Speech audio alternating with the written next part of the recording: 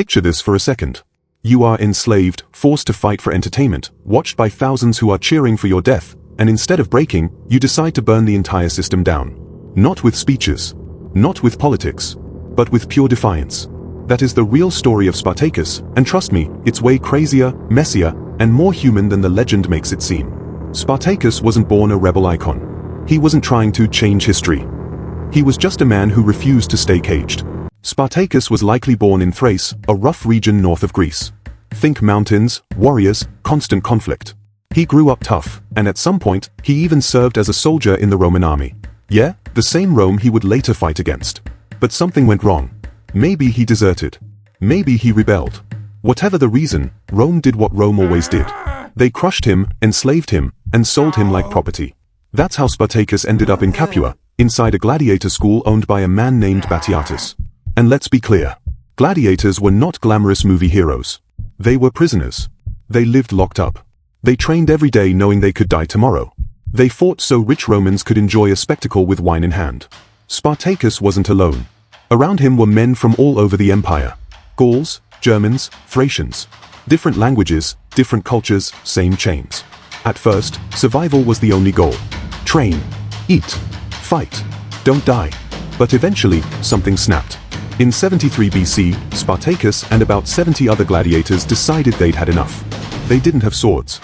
They didn't have armor. They had kitchen knives, meat cleavers, and pure desperation. They broke out. Think about that for a second. A group of starving prisoners, escaping one of the most secure fighting schools in Italy, using cookware. They killed the guards, grabbed real weapons along the way, and ran straight for Mount Vesuvius. Not because it was strategic. Not because it was planned. Because they needed somewhere to hide. Rome laughed at first. The Senate saw it as a joke. A few escaped gladiators?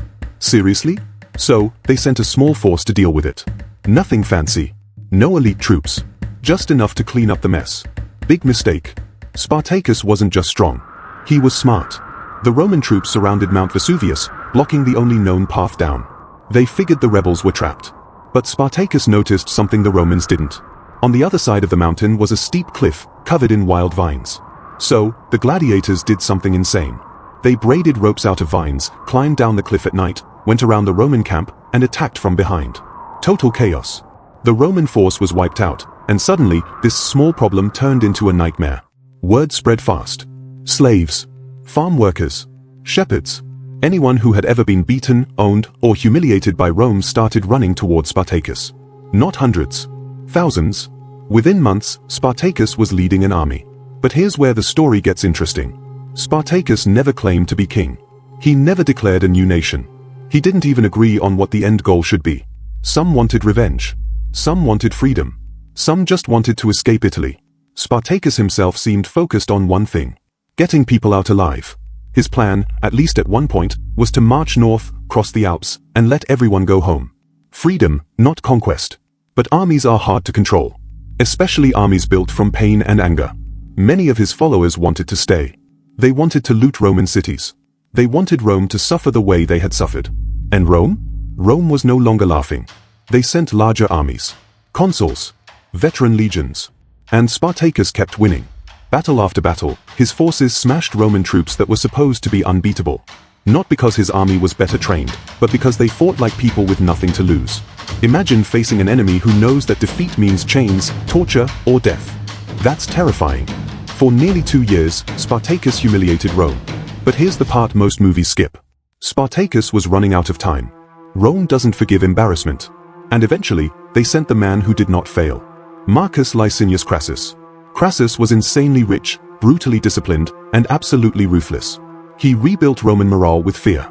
At one point, when his soldiers retreated, he ordered decimation. That meant killing 1 out of every 10 men. Chosen by lottery.